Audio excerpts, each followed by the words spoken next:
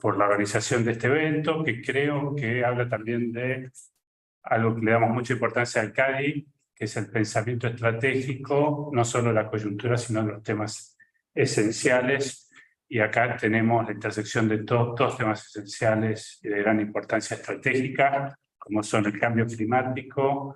Estamos viendo, hablamos con Elsa hace poco lo que sucede hace poco en Uruguay, los eventos que se multiplican a nivel internacional por el calentamiento global, y sin lugar a dudas, los países que actúan primero en este sentido tendrán una ventaja muy clara, y a veces en la coyuntura, los problemas que enfrentamos en nuestro país, nos olvidamos de esos temas centrales que requieren la preocupación y la acción de nuestros dirigentes y la sociedad civil. Y también el Comité de Asuntos Africanos, como ya se habla mucho el potencial que tiene África, en parte por temas demográficos. Creo que es una región que dentro del CARI, pero también a nivel nacional, tenemos que prestarle muchísima atención. Así que sin más, le paso la palabra al embajador Ureta. Bueno, muchas gracias, Francisco. Muchas gracias por vuestra participación presencial y virtual. Dear Dr. Youssef Nassef, it's a real pleasure for the African Committee for having you this afternoon at CARI for a conference of yours in such an important matter for the global community. We do know that you understand very well the Spanish, so I will continue in Spanish.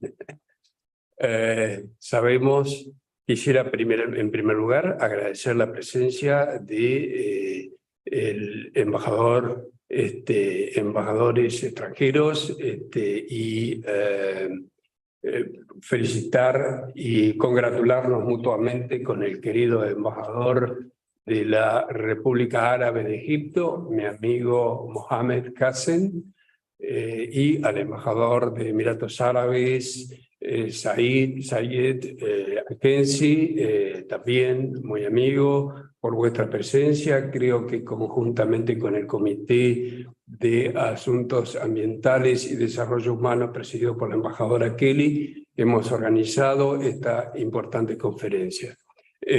Doctor Nassef, sabemos de que usted ha estado trabajando por los últimos 35 años en el cambio climático, que ocupa una posición muy importante como director de adaptación climática del Convenio Marco de Naciones Unidas sobre el Cambio Climático, que está en vigor desde el año 1994 y que es el principal instrumento jurídico internacional para hacer frente a los efectos y las consecuencias de los gases de efecto invernadero. Por supuesto, en el presupuesto que todos los países son vulnerables al cambio climático y para mitigar las consecuencias de ese cambio climático, particularmente en los países de menores recursos.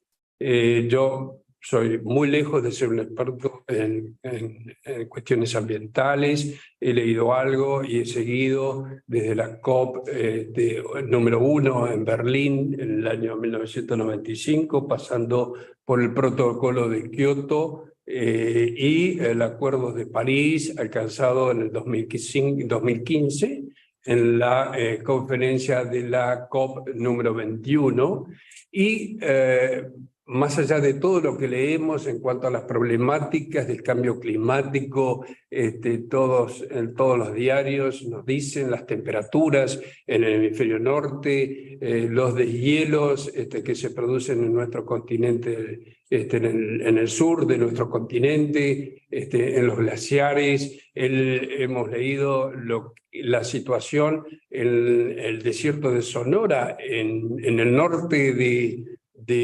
México, con las temperaturas de casi 80 grados, pero como director del Comité de Asuntos Africanos quería referirme brevemente y en especial al continente africano, y señalando lo que ha expresado la OMM, la Organización Meteorológica Mundial, en cuanto a las devastadoras consecuencias que tiene el cambio climático para el continente africano, en los órdenes de salud, de seguridad humana, de medio ambiente, de desarrollo socioeconómico, y en una forma totalmente desproporcionada, puesto que es un continente que contribuye tan solo entre el 2 y el 3% al calentamiento global, a los gases de efecto invernadero. Y en ese sentido, el continente sufre estos fenómenos extremos de desertificación, sobredesertificación, estrés hídrico que está afectando, según leí, a 250 millones de personas y que en el 2030 puede afectar a 700 millones de personas, la disminución de los lagos, el caso emblemático del lago Chad, que en la década del 60 tenía aproximadamente 25.000 kilómetros cuadrados y hoy apenas 1.250 kilómetros cuadrados. Y es así entonces que hacer una breve referencia a la cual usted seguramente se va a referir con total detalle, que es la COP27 desarrollada en su país. Su país tiene la presidencia hasta la COP28 y donde he leído que se ha logrado el Fondo de Daños y Perjuicios para los países más afectados y también la iniciativa de alimentos y agricultura para un desarrollo sostenible. Creo que es the Fund of Food and Agriculture Sustainable Transformation Initiative, que también es un tema importante, como si también algunas acciones, algunas decisiones que van a, de alguna manera, ser muy importantes para la próxima COP28 que se va a desarrollar en Dubái, Emiratos Árabes Unidos, desde el 30 de noviembre a el 12 de diciembre. Así que nuevamente muchas gracias a todos y muchas gracias a los señores embajadores, a la embajadora Elsa Kelly y a vos, Francisco. A continuación, la embajadora Elsa Kelly, miembro del Comité Ejecutivo y directora del Comité de Estudios Ambientales y Desarrollo Humano de Cali, hará unas breves palabras de presentación. Bueno, muchas gracias. Obviamente que no voy a hablar demasiado porque ya, digamos, los oradores que me han precedido han abundantemente explicado el sentido de esta reunión. Solamente querría darles la bienvenida a nuestros visitantes también como directora de Asuntos Ambientales de esta institución, uniéndome a las palabras de nuestro presidente electo. Los voy a decir en inglés porque me interesa que sean ellos los que reciban esta bienvenida. So, ambassadors, a very warm welcoming to Ambassador of the Arab Republic of Egypt, Mr. Mohammed Ibrahim Qassem. A very warm welcome also for the Director of the Adaptation Division of the United Nations Secretariat for Climate Change, His Excellency Dr. Joseph Nassif, and also very warm welcoming to His Excellency Ambassador of the United Arab Emirates, Abdullah Saif Al-Kamsi. I'm very happy to see some these friends here in our institution, speaking on just a most important question, an issue in the international area, which is climate change. So, most welcome. Thank you. Ahora bien, Su Excelencia, Embajador de la República Árabe de Egipto, Mohammed Ibrahim Qassem, tiene la palabra. Muchas gracias. Ahora que todos los argentinos han hablado en inglés, me toca hablar yo. Qué bueno. No, I'll have that Spanish. I'm not talking much. I just want to say, first of all, thank you so much for Kari and the family of Kari, the Vice President, Ambassador Ureta, dear friend, Ambassador Ureta, and dear Ambassador Kelly, and all the family of Kari. Of course, we are so happy to have the distinguished collaborators here. It's a great pleasure and honor, and it's a great honor and pleasure for the Embassy of the Arab Republic of Egypt to collaborate with Kari. And I'm so glad that I have here my colleagues, Karim and Sarah. I mean, I will not talk much, but it's a great pleasure, and it seems a bit weird to have my dear friend Yusuf Nasser, whom I know since maybe 40 years or something. He's an outstanding expert in his field. And it's actually COP27 was not only a successful event, not only a giant leap, but I think it's also focused on two things that are of extreme importance. We had in mind the idea of to include all entities, all stakeholders, everything was included, inclusive. And the other thing, and the other element, the other pillar is all about implementation. And that was the focus and the objective, and where I think those who participated and those who learned about the COP27 can consider that what was achieved in COP27 as a great achievement and success. It's a great honor and pleasure for Egypt and for us that our dear sister country, United Arab Emirates, will be following up with the COP28. And of course, my dear friend, Ambassador Saeed Al-Qimsi, I'm so glad that we are sharing post here in Buenos Aires. And so, even though I must reveal a secret, that apart from Yusuf being an outstanding diplomat, academic, a human being, and a musician, he's an outstanding pianist. And maybe even that maybe some would have referred him to play piano, but I assure you that his words will be as magical or even more. So thank you. And welcome to Yusuf and all, and thanks to Kari for the generosity and the outstanding collaboration. Thank you so much. A continuación, hará una breve presentación de la COP28 a desarrollarse en Dubái. Su Excelencia, el embajador de Emiratos Árabes Unidos, Said Abdullah Said Al-Qimsi.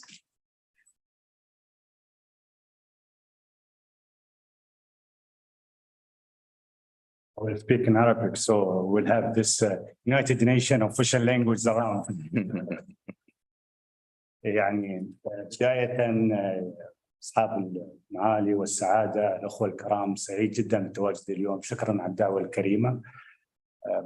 سعادة السفير شكرا على الدعوة. دكتور يوسف، سعيدين بتواجدكم في بوينس آيرس، ونتطلع أن تكون إضاءة مفيدة للجميع حول موضوع الحلقة. En primer lugar, muchas gracias por invitarnos hoy, Sus Excelencias, muy contento por participar en esta mesa. Muchas gracias, Su Excelencia Embajador y Su Excelencia el Doctor Yusuf. Seguramente va a ser una charla muy interesante para explicar los temas del cambio climático. يعني تأتي استضافة كوب 28 استكمالا للدور اللي قامت به جمهورية مصر العربية الشقيقة والإمارات العربية المتحدة يعني في مجال العمل المناخي، كونها الدولة المستضيفة للمقر الدائم للوكالة الدولية للطاقة المتجددة إيرينا، باعتبارها أول دولة بالمنطقة التي توقع واحتفاظ على اتفاقية باريس، وأول دول بالمنطقة تطلق مبادرة استراتيجية لتحقيق الحياد المناخي 2050.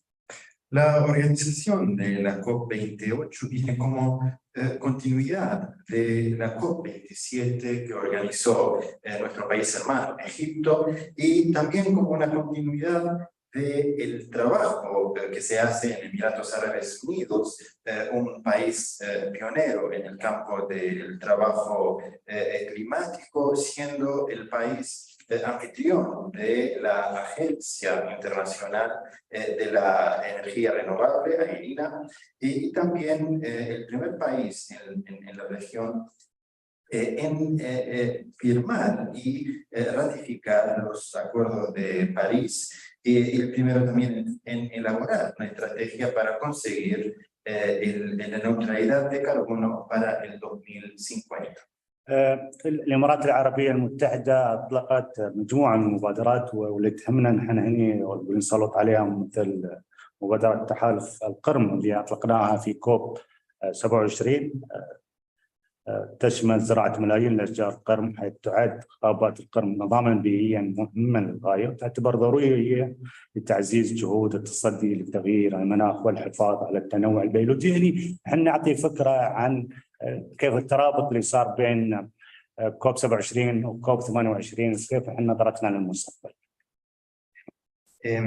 Emiratos Árabes Unidos ha lanzado una serie de iniciativas que tienen que ver con el trabajo climático, como es, por ejemplo, la Alianza de los Manglares. Fue justamente esta iniciativa lanzada durante la COP27, que incluye la plantación de millones de árboles, de manglares, considerados un sistema ambiental muy importante que fortalece los esfuerzos, como una manera para hacerle frente a estos desafíos del cambio climático, siendo también un sistema muy importante para el sistema biológico en general. Y en este sentido estamos explicando entonces esta continuidad entre los esfuerzos tomados durante la COP27 y lo que va a ser la COP28 mirando para el futuro. يعني هنا الأخوة الزملاء أصحاب السعادة، يعني الإمارات بتستضيف كوب 28 من 30 نوفمبر ل 12 ديسمبر.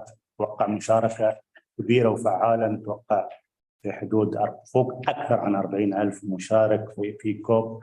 نعتقد أنها منظمة مهمة وحيوية للعمل المناخي. Entonces, Emiratos va a organizar la COP28 desde el 30 de noviembre hasta el 12 de diciembre en la ciudad de Expo Dubái, para hacer una plataforma para el trabajo climático. Esperamos la participación de más de 40,000 participantes de todo el mundo.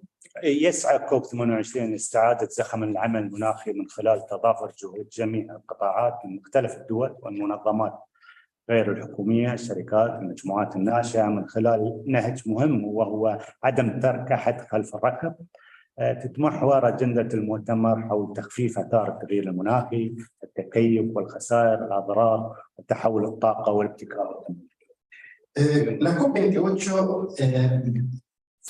va a tratar de conseguir entonces tratar de recuperar esta energía en el trabajo climático a través de aunar los esfuerzos de todos los sectores, de todos los países, ONGs, empresas, startups, todo esto bajo el lema, no dejar a nadie afuera, es decir, ser inclusivo con todos los actores. La agenda de la COP28 se centra en los temas que son la mitigación de los impactos del cambio climático, la adaptación, daños y perjuicios, la transición energética, la innovación y el financiamiento. يعني من أهم المواضيع اللي ركز عليها المؤتمر هو خفض الانبعاثات بنسبة 43%، خفض حرارة كوكب الأرض بمقدار 1.5%. يعني غير أن نحن بعد نبغي نمضي قدم في مبدأ تعويض الخسائر والأضرار اللي قرر مؤتمر كوب 2020. Entre los temas principales que va a tratar la COP28 es bajar las emisiones de los gases de efecto invernadero en 43%, también bajar la temperatura global en el 1,5, o sea, 1,5 grados, y también seguir adelante con el principio de daños y perjuicios adaptado durante la COP27. يعني في النهاية مؤتمر كوب 28 هي فرصة بالغة الأهمية بالنسبة للعالم لتوفيق الآراء والعودة إلى المسار الصحيح وإحراز تقدم ملموس في العمل المنظم. Entonces, la COP28 es una oportunidad muy importante para todo el mundo para llegar a un consenso y volver a la senda correcta en cuanto al trabajo climático para poder llegar a resultados concretos. في الختام ما لا يسعني إلا أن أعبر عن شكري وتقديري لإتاحة هذه الفرصة ونطلع عن اليوم مع سعادة الدكتور يوسف بالتفصيل والخبرة أن يعطينا إضاءات المتميزة. شكرا لكم. Entonces, para concluir, me gustaría volver a agradecer a los organizadores por darnos esta oportunidad y esperamos entonces las palabras de su excelencia el doctor Yusef, que seguramente va a explicar con lujo de detalle los temas climáticos que tienen que ver con esta sesión. Muchas gracias.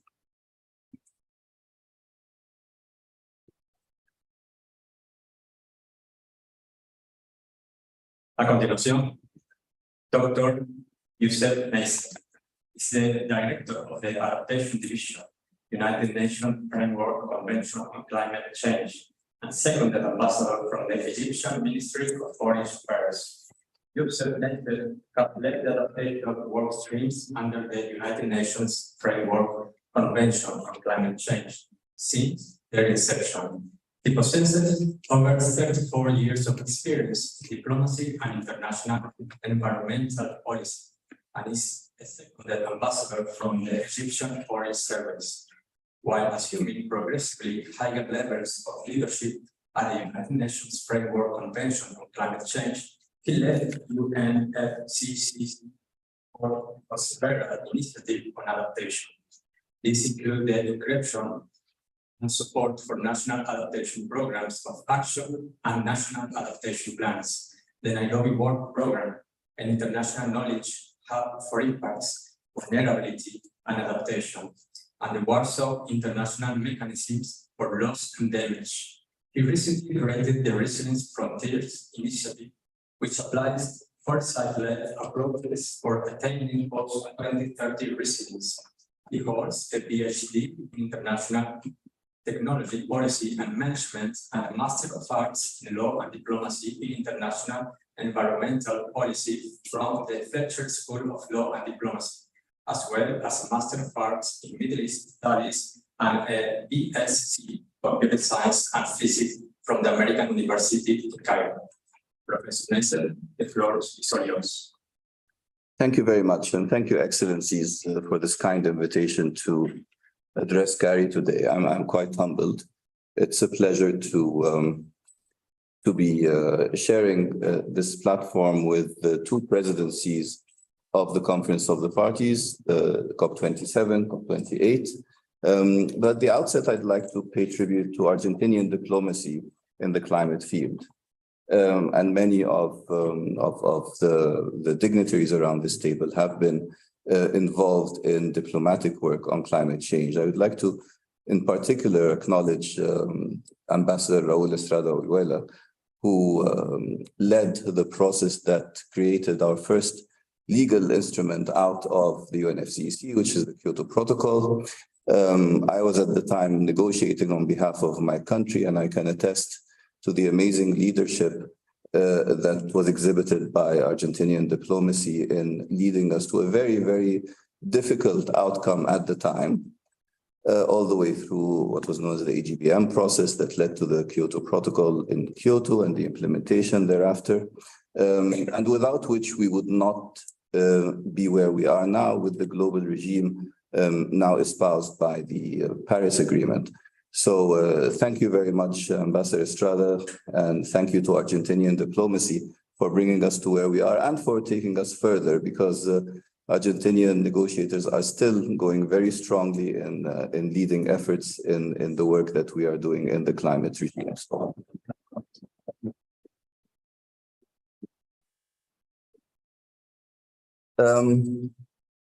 We've been dealing with this issue through multilateral work since the entry into force of our first legal instrument, the UNFCCC, in 1994.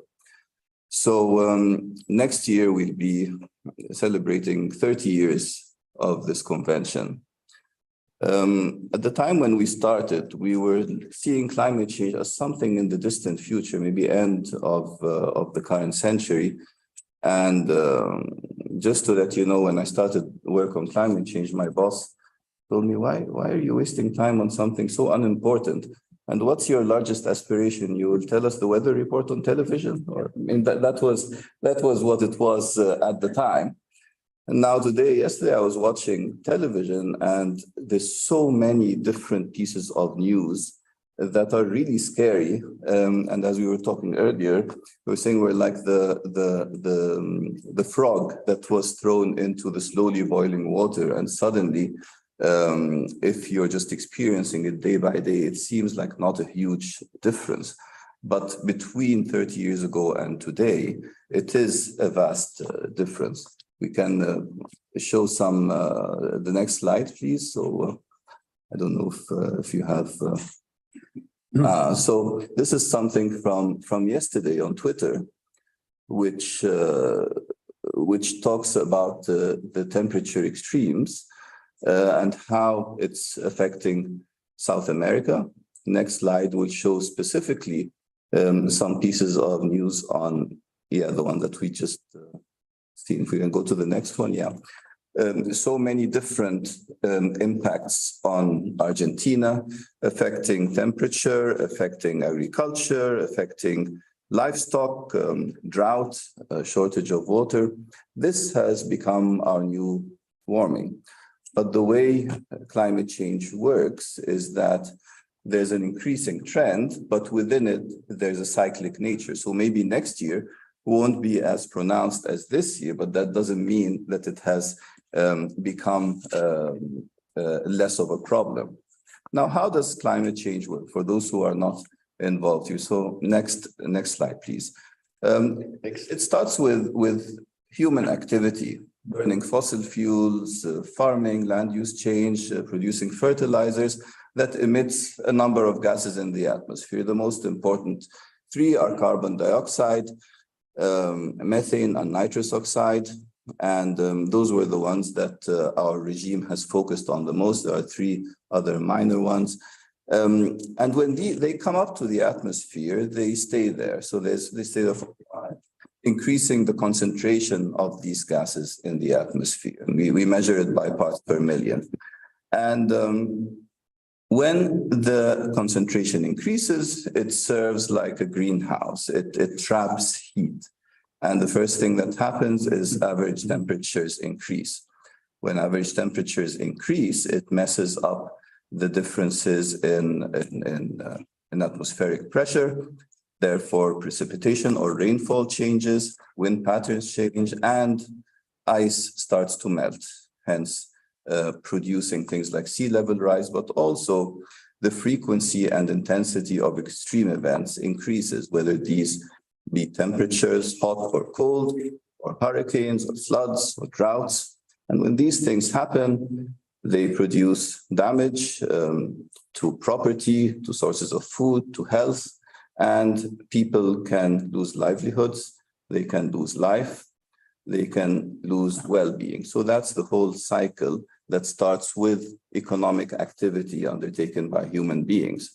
Now, the atmosphere is a very naughty thing. It distributes the impacts in a way that's really disadvantaging the poor. So the poorer countries get the brunt of these impacts more than the richer countries, partly because of the vulnerability in terms of absence of what we call adaptive capacity. And so our process has tried to look at how to stop this from happening, and to do it in a way that responds to the science.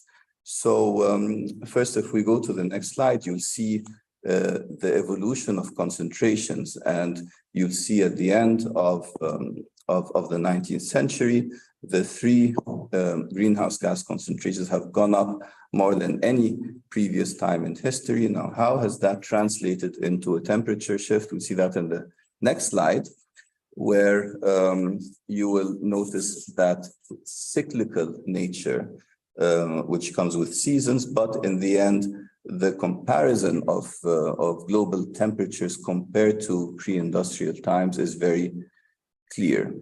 And so it's not about really feeling a bit warmer, but the whole impact of this increase in average temperature on what it does to extremes, what it does to the incidence of hurricanes, of floods, of droughts, and sea level rise, which will render some countries uninhabitable or make them disappear altogether. And the mindset that we have to deal with this is an interesting one, because as we move forward, there are implications of the old international law, which said that the definition of a country is territory, government, and people. What if you lose the territory?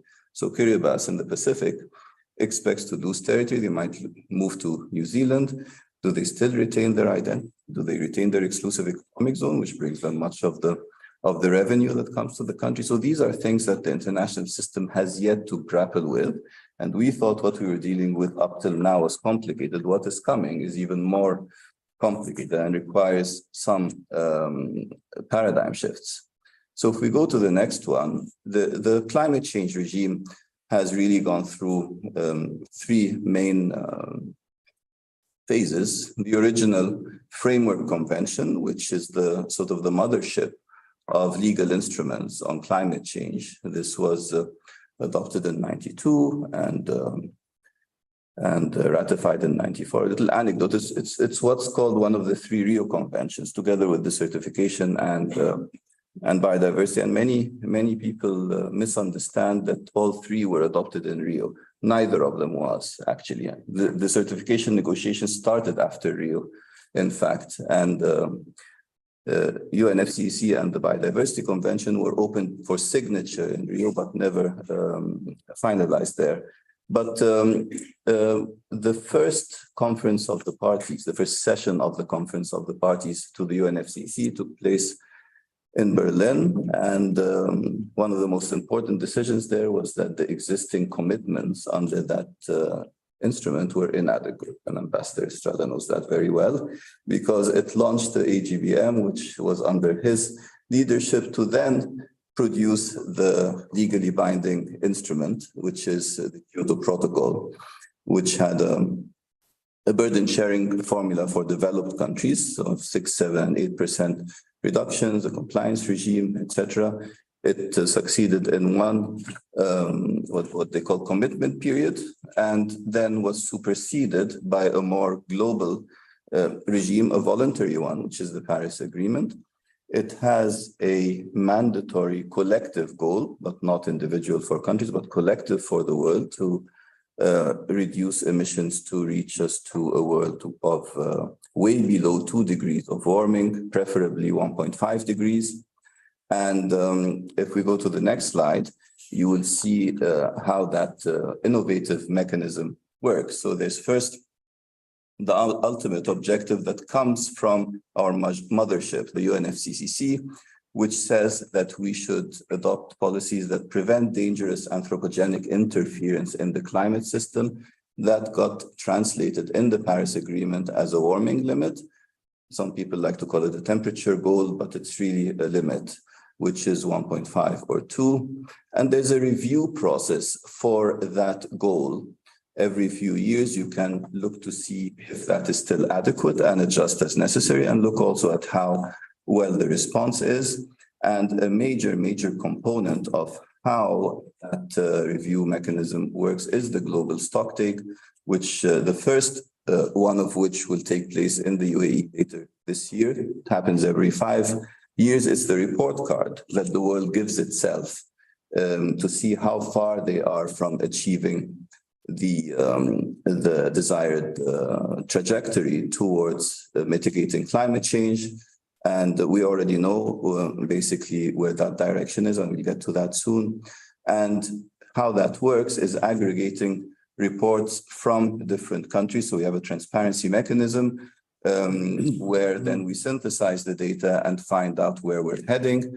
And that comes from national policies that decide where they want to be in terms of both mitigation and adaptation and means of implementation, finance, technology, and capacity building. And for that to happen, developing countries should avail of support from the financial mechanism of the convention, as well as other sources. And like we said, also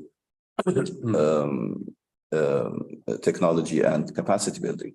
So that's basically the sort of a summary of how the Paris Agreement works. And the progress that has been achieved so far has been bolstered, I think, by two invisible hands. One is the science and progress in the science, and the other is the economic viability of renewables and the progressive decline in the cost per kilowatt hour of renewables. And in fact, reality has always superseded the estimates by the International Energy Agency. So progress has been really strong on this. The science has also progressed considerably since the early days. It is synthesized by an international group called the Intergovernmental Panel on Climate Change, IPCC, which produces the rounds of synthesis. We just finished the 6th round, and it's incredible how the statements have evolved over the years. And I remember the final plenary of COP2 with the Geneva Declaration on the second assessment report, which was a massive discussion in plenary, where some countries were saying that the science is not authoritative and everything is too fluid and we cannot take it seriously, whereas others were saying, no, the IPCC is providing us with the most authoritative statement on the science. But what was that statement? It said the balance of evidence suggests a discernible human influence on the climate system. So very carefully crafted words, which projected ambiguity for those who wanted to see the ambiguity and certainty for those who wanted to see certainty. Now, if you fast forward to the most recent outcome from the science, the 6th assessment report, it is far more deterministic in the link between human activity and observed impacts. In the past, we'd say, okay, maybe it's natural climate variability, but I think now we're pretty certain that a lot of what we're seeing, including what we've seen this year in terms of increased temperatures and forest fires, etc., is definitely due to that human signal and intervention in the climate system. So if we can go to the next slide. We delve a bit deeper into the Paris Agreement. The objectives of the Paris Agreement are threefold. Basically, we already talked about the 1.5 degree, 2 degree. And the second is the adaptation part, that you need to increase the ability to adapt, because no matter how much you do for reducing emissions, we've already locked into a certain level of emissions that require us to support the most vulnerable in their adaptation efforts. And there are countries like Egypt where the inundation of the delta, the Nile Delta, that is expected would be detrimental to the livelihoods of many people and to food security in the country. And the third aspect of the Paris Agreement objective is to ensure that finance flows are provided in a way that is consistent to the pathways needed, both for low greenhouse gas emissions and climate resilient development, which is basically adaptation. Now, if we go to the next slide, and now we're getting closer to what the COP does, there's basically 4 families of negotiating items.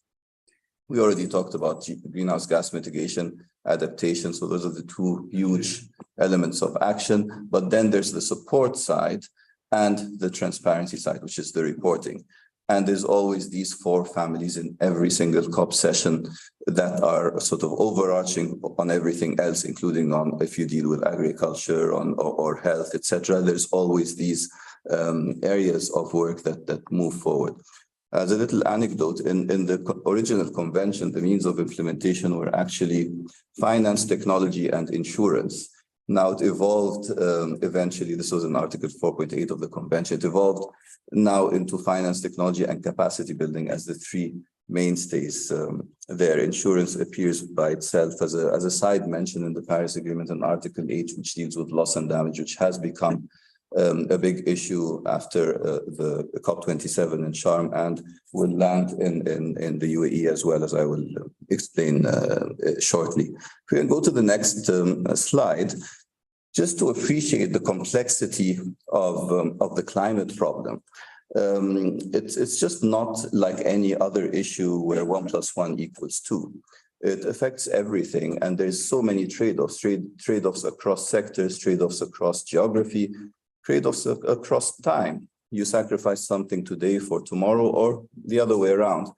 And many people characterize it as a wicked problem. A wicked problem is one which is difficult to formulate, difficult to solve, exhibits complex interconnectedness and relationships, and can be dependent on worldview. So different people looking at the same problem see it differently.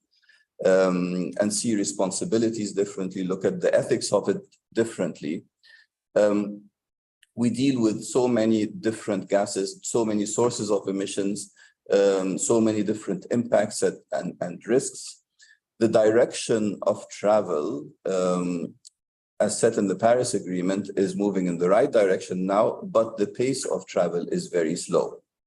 And there's a reason for that, because even when we adopted the Paris Agreement, the general sentiment was that we still have a lot of time. And we can start thinking in 2023 of how well we've done. And, 5 years later, we revisit it and see again if we're doing well. But then in 2018 and 2019, the scientists came up with two reports, one under climate change, one under biodiversity, and they raised a very stark warning. They said, if you do not do systemic change within the next decade, the world will descend into a very dire trajectory of losing prosperity and perhaps eventually to human extinction. Not much was done differently in response to this scientific warning in the multilateral negotiations. And as you know, this gave rise to Greta, Fridays for Future, Extinction Rebellion. There was a lot of worry in the world, and I think the worry is still there now, except that, like the frog, we're sort of getting used to what's happening. And so while we have very good understanding of where we need to go, the pace of change is woefully slow. The pace of provision of support, the pace of change in systems, in energy systems and resilience systems is very small. So we can go to the next one. And in any transformation, there's always three things. Trying to phase out the old, phase in the new, and making sure that there is support for just transition along the way. So for energy, you can phase out fossil fuel, but if you press a button and eliminate fossil fuel today, you kill half the people in the world, because then prices will go sky high, the poor will become poorer. So it has to work at the same time with bringing in renewables and supporting the well-being of those who might lose in that transition. The same for any of the other transformations needed in the world. For example, moving to transformative agriculture or transformative food production, which will be essential for survival. Again, towards regenerative agriculture or sustainable, you will do away with old methods, bring in new methods, but along the way, the people who were adopting the old methods would need support in order to survive through that transformation. And there is an ongoing negotiation which will deal with that on just transition. Just to give a word on ambition, if we go to the next one, His Excellency the Ambassador from UAE mentioned that the science said that greenhouse gas emissions should decline by about 43% by 2010 levels by 2030, eventually 84% by 2050. But where are we now? We can move to the next one. The pledges, the promises that we have for the upcoming trajectory is to increase greenhouse gas emissions by 10.6%. We need to reduce by 43%. And the promises, not the action, just the intent is moving in a very different place. So that gives us an idea of the scale of problem that we have. And I know you can't see this graph very clearly. The red part there shows the temperature based on the promises. And the blue and green part is where we should be. The blue is for 2 degrees, the green is for 1.5. So if we continue on the red path, you'll see how much it is going on. And the red versus the gray above it is whether you take into account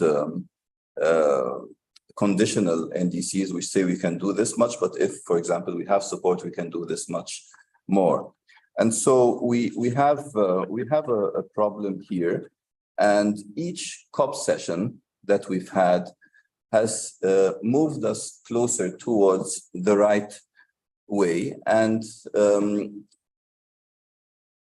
though it has done that, we have really not yet gone on the path to accelerating the change. However, since the title of this presentation is sort of the past future, the COP in Sharm el-Sheikh, COP27, was seminal in ushering a few new sets of processes that create an impact like creative destruction, the notion from the economist Joseph Schumpeter. We go to the next slide. Some really important outcomes from COP27 were, we talked about just transition. So the work program was launched there to enable and accelerate the transformation or remove some of the barriers of that transformation. And it will be amplified as we move into COP28 with the adoption of the detailed aspects of the Just Transition Work Program. The outcome from the previous COP session that for the first time asked for the phasing down of unabated coal and the phasing out of inefficient fossil fuel subsidies was reconfirmed at Sharm el-Sheikh as well, in spite of very difficult geopolitical environments, which had its implications on the energy market that made it even difficult to get to repeating the same provision again. There was a launch of a mitigation work program, which is also intended to accelerate the transformation, establish the loss and damage funding arrangements and associated funds also for loss and damage. And there's a process going on this year, which will land in Sharm el-Sheikh for adoption. And there was advance in what we call the global goal and adaptation, which was actually the subject of the meeting that took place here in Buenos Aires the past few days, which is an attempt to concretize where we want to land in global resilience. We know where we want to be in mitigation. We know where we want to be in finance. There's a pledge of 100 billion that will go up in the next round, but we don't know how to describe where we need to be in adaptation or resilient. We just say we need to be resilient. What does that mean? It could mean something for food, could mean something for floods, could mean something for health. So this is the difficult discussion going on there, and it also achieved progress in COP27, but very importantly, providing the signal for reforming the international financial system. And you may have heard of the Motley-Macron summit that took place in France in June, specifically for this purpose. Prime Minister Mia Mottley of Barbados had raised a very strong call for revising how the financial institutions are dealing with developing countries, and noted that what is called concessional finance from multilateral institutions going to developing countries often uses interest rates that are higher than commercial interest rates that are available in developed countries. And so there was something that needed to be done about that. And a call from COP27 went out calling for the reform of international finance institutions and multilateral development banks. So a lot of these things were first in the programs. The COP also had the largest number of non-state actor pavilions in the history of the COP, largest participation from indigenous peoples.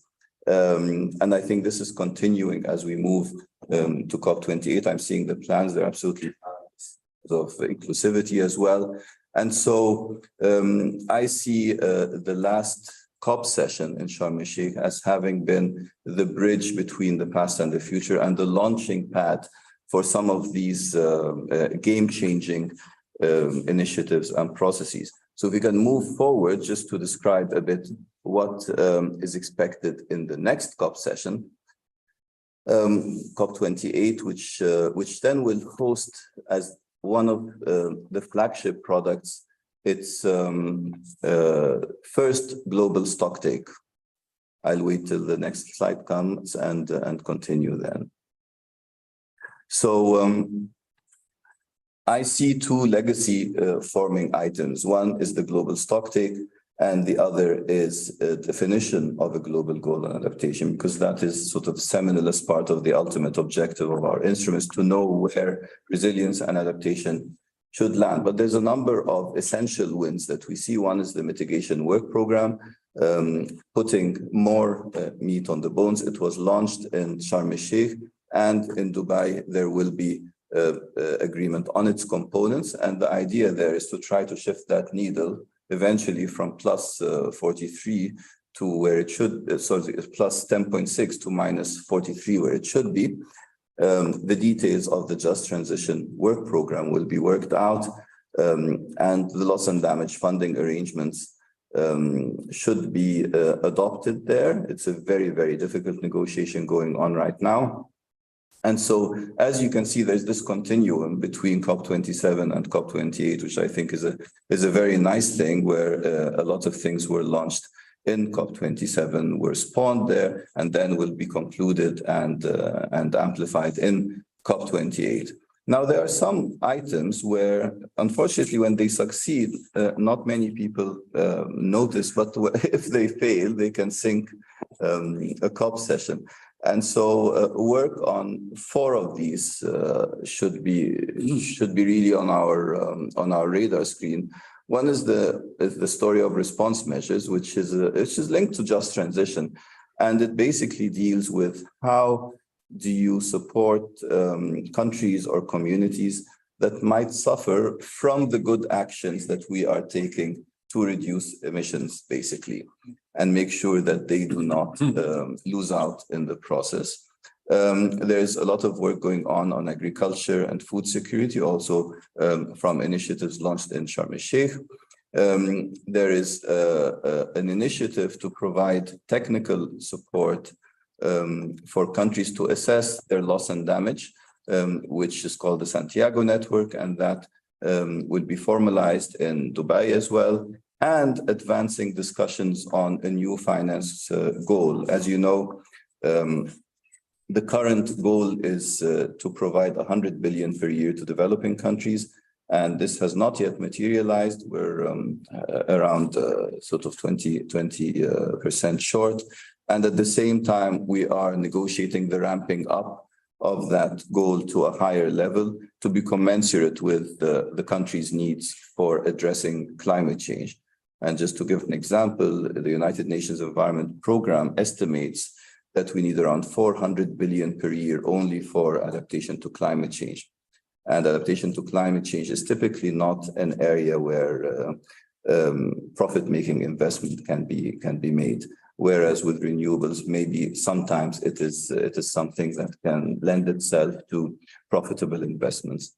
So this is where we are. It's a very exciting time to move from COP27 as a launching pad to COP28 as a finalization of some of these very exciting initiatives, but at the same time keeping in one's mind that we are sort of coming to a point where one has to question some of the established principles of how the financial system works, how the economic system of the world works, how we tend politically and economically to prioritize short-termism, even in a case like this where we have to look at the long term.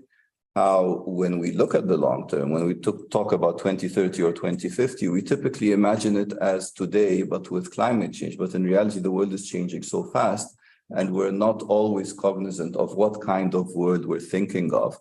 AI, big data, satellite technology, biotechnology, material science will make 2030 very different from today.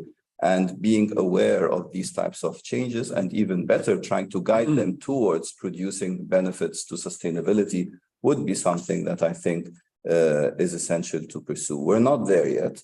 We will become there. We will have to revise what international law means in this new world. I gave you just one example of a country disappearing and still wanting to retain its identity. There will be many more transboundary impacts. We haven't even started looking at that, where actions in one country to address its vulnerability can produce vulnerabilities in a neighboring country. In the area of loss and damage, we have no idea how to deal with what we call slow onset events. So loss and damage deals with how to support countries after an event happens. We've been supporting resilience only in terms of preparation and planned adaptation. But we had left what happens afterwards to the humanitarian community, to the disaster risk reduction community. But there are things that happen very slowly, like sea level rise. And the process doesn't know how to support that yet.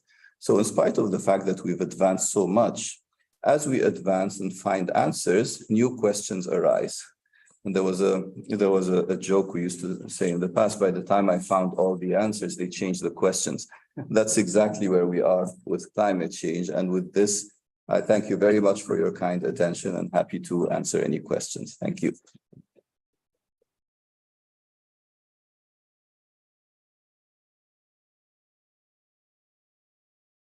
Much your message for your exposition, very interesting. Ahora vamos a pasar una breve ronda de preguntas, comentarios, consultas.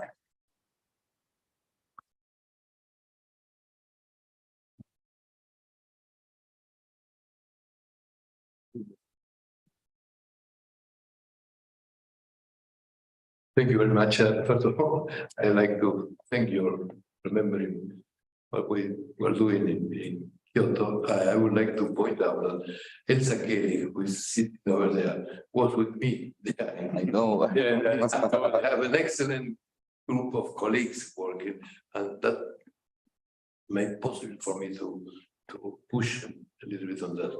Huh. But rethinking on the situation, we have a lapse of time from 1990 to 2008, where we're thinking or dreaming on having a kind of dividend of peace, because after the end of the Soviet Union and the fall of the Berlin Wall, things were changing for the environmental matters, but also for trade, for instance, because you have whatever the trade organization, the global trade organization, which I don't remember the name in English now, but it was not possible to produce that in 1947 because the US was against. And they agreed on time to agree to the international international trade organization. And now you have the United States blocking the possibility to have the highest level of judgment in the which is then we have that. First of all, that problem, the big difference. If you add the invasion of Ukraine by Russia, but it's not only that. There are a number of things going around. On the other hand, I remember very well my surprise in 1990 in London, when we have the first meeting of the Montreal Protocol of the ozone layer. And in that meeting, among other things, a fund was created. And I was expecting to solve the resistance of those countries that usually try to avoid the commitments of that. But that was not the case. On the contrary, they supported that. Why? I learned after that because it was a good business for industrialized countries to produce new elements that replace the chlorofluorocarbons. And that's going on today. The only exception, I think, was China, which make a little things for some, not little, because for Chinese, but some division of the effort. But then, if we don't find a way that company, the private sector, also the private sector could make business with mitigating the climate change, mitigating the emissions, it would be very difficult. And I don't see yet the private sector doing that. You have stockholders asking that, but not the members of the board. And We're talking about the word. I think that some national state-owned companies would go other way. We have now EPF, YPF working to use oil and gas from Vaca Muerta. And this is something my country is doing. Then we have to change the paradigm, the way to see the world. And that's the point, perhaps, to think providing a new role for subnational governments from the NGOs. I know the NGOs are difficult to manage, but they have activities in the ecozone. And something like that should be done in order to create other forces, because I don't see national governments working on the line we would like to have. I was reading in the New York Times yesterday that because the temperature was higher, the consumption of energy was also higher to produce fresh air for the houses. And that is the problem we have. I'm sorry, but I'm very glad for your presentation and also delighted to see that somebody remembered me. Thank you very much.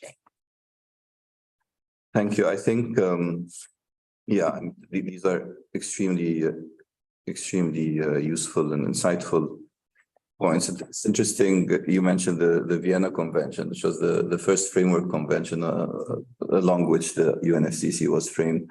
But the one thing that I think worked really well for that is that DuPont found the alternative to CFCs that was cheaper. Hence the whole world, as you said, the developed world was happy to provide sort of the funding for the developing world to start importing that new technology, and the transition worked very easily. But the other thing is that the negotiating process, as slow as it might be, I think can provide very strong political signals to the private sector.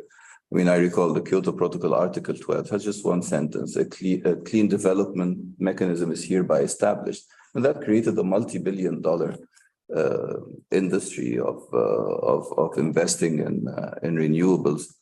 The system now has a very strong non-state actor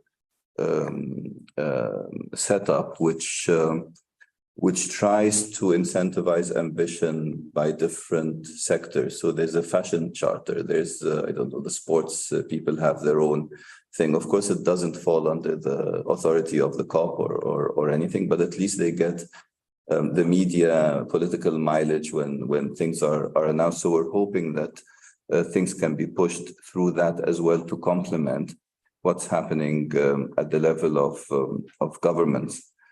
And I know of an initiative by Andrea Eli, the owner of Eli Coffee, who's trying to get a lot of companies to commit to regenerative activities. So anything they do is earth positive. The company Patagonia, which produces heavy clothing for camping, they've declared that their main shareholder will be the earth. So any decision by the board has to go through sort of an NGO component of Patagonia to say, yes, you can go ahead because this is good for the earth or not. So I think these companies have found ways to be profitable while being good at the same time. And so maybe the process can give a better signal to create that type of transformation. And it's interesting, you talked about the Bretton Woods system and the missing pillar that eventually went through the GATT negotiations and then the WTO eventually. But it took so long. And one is afraid that by the time the climate change process creates the institutions that are necessary for that new world, it will also be just as late as when the WTO was created like 5 decades later. But I think the idea of state-owned companies taking the lead is also a very interesting one that companies can bring forward in their nationally determined contributions. But we're still really grappling with how the private sector can become the solution rather than continue being part of the problem. But yes, your wisdom is very well taken on this one. Hay una pregunta en el chat, si quieren la traduzco. Johan Harder would like to know if you could give some examples of those ambiguities that you referred to in your presentation, and then he specified maybe about the terminology that can be used in an ambiguous way, but at the same time in a calculated way during negotiations.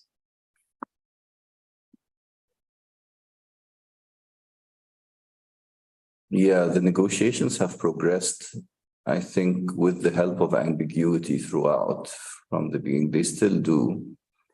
I mean, we sometimes say we manage to achieve consensus through wordsmithing, where the idea is just choosing the right words without necessarily changing the basic concepts there. Let's see if I can find a good example from recent times. Okay, comment but differentiated responsibilities and respective capabilities in the light of changing different national circumstances. I can assure you half the world understands it one way and the other half understands it in a different way. So developing countries will see it coming closer to the polluter pays principle. The developed countries see it more as a capacity to act and to pay. And the wording doesn't really give you a very concrete way forward, but it has been essential for advancing in accepting the Paris Agreement and moving beyond it. But as a result of this, we are still suffering. The ambiguities always come back and harm you eventually. So practically every single problem in the negotiations is related to this. Even the program budget of the Secretariat, and you were SBI chair for a while, so you know about this. The content of the budget document came a bit too close to dealing with the CBDR story, and it created problems. So what bodies each initiative should report? We have that problem in the loss and damage story and in the adaptation committee as well, where it is seen that if you report to the COP, then the principles of the COP will apply, which clearly differentiate between developed and developing countries, where if it goes towards the CMA, which is the body that the supreme body of the Paris Agreement, then that firewall is not as strong. So that is the ambiguity, I think, that creates the most concerns in our current process. And some of these issues will be the big contentious issues as it lands in Dubai, sorry to say, but it will have to be dealt with there. Right, thank you.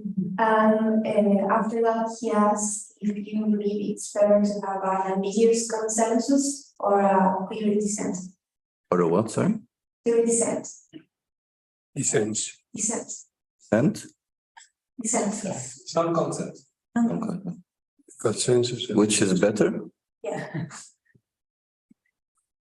Well, I mean, the process has decided that it's better to have the ambiguous consensus. It works because without that you get stuck for a very long time in a certain stage. So with the ambiguity, you can advance and unlock some things that are not locked by the part that needs ambiguity to progress. While knowing that eventually you'd have problems with that, but in the meantime, parallel things have moved forward. So I would say, as long as you have consensus among all countries, then it is good to advance. And I mean, we've had instances where even the translation was a problem. So you have the word "the." So when you say "the parties" or you say "parties," it makes a huge difference. When you say "the parties," it means everyone. When you say "parties," it's a bit fluid. It could be part, most, some. And some languages don't have that. Some languages don't have that. Arabic doesn't have that. It doesn't distinguish between these articles. So, so even these types of things, when people see it in their own language, they might go home happy that they got what they want, whereas another group seeing it in a different language might understand things differently. So that's another aspect of the ambiguity there as well. Sure.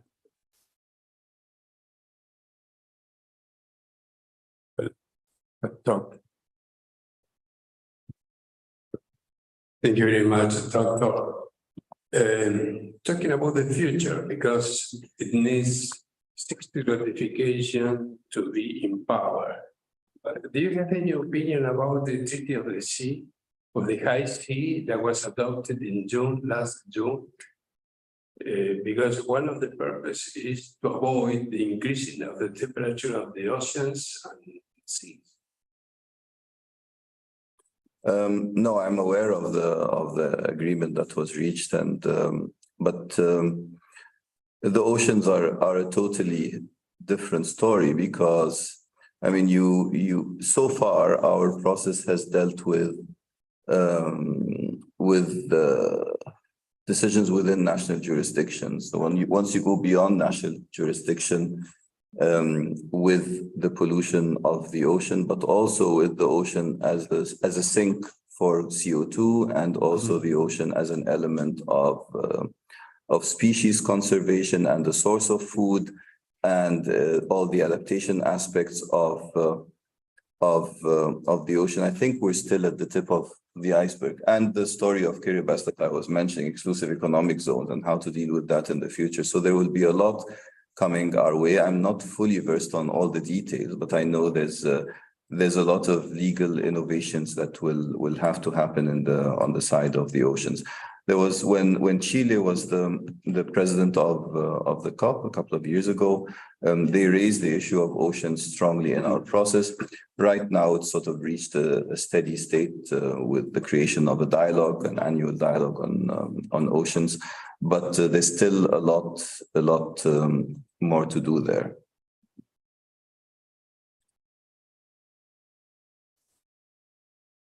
If I may, someone.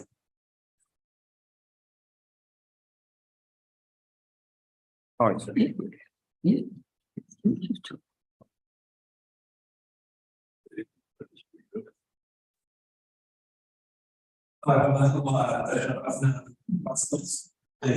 اسمي فاكولتو دياس في الجامعة سلفادور من أرجنتينا. And now, if you don't mind, I will continue studying English because my class is pretty basic.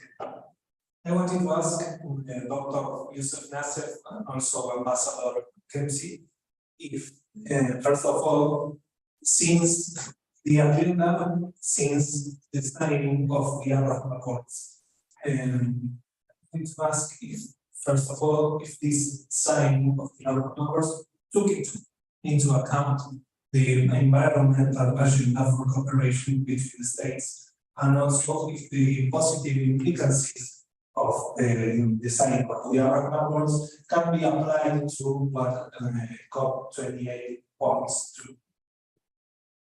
That's all yours.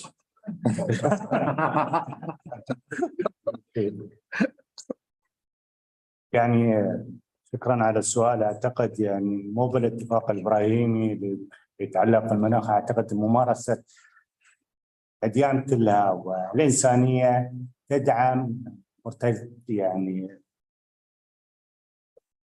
الحفاظ على البيئه، الحفاظ على الارض، الحفاظ على، وهي من نابع يعني معتقدات الانسانيه ولا تتعلق بالاتفاق الابراهيمي.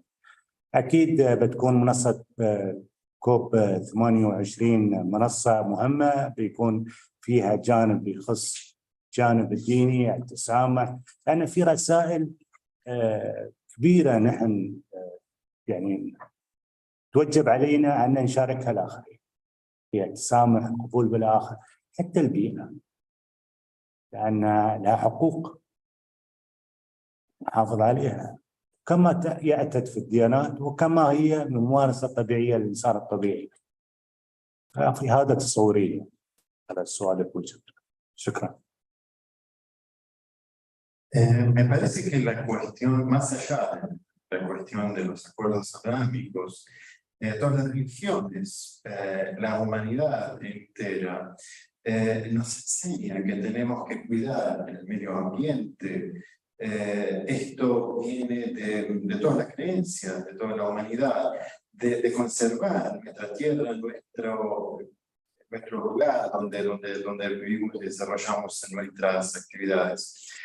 Sin lugar a duda, la COP va también ser una plataforma a partir de la cual se pueden compartir distintos mensajes que tienen que ver con las creencias religiosas, como es la tolerancia, mensajes de tolerancia, de aceptar al otro, también de entender la obligación que tenemos, el compromiso que tenemos con cuidar el medio ambiente. Entiendo que de esta manera puede quizás abarcar un poco su concepto de su pregunta.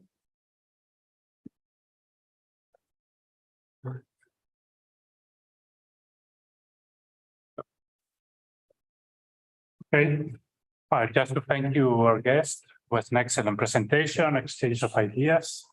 So we hope to have you at CARI again when you return to Buenos Aires, and of course to continue collaboration with the embassies. And you're always welcome to come. Thank you very much. Thank you very much.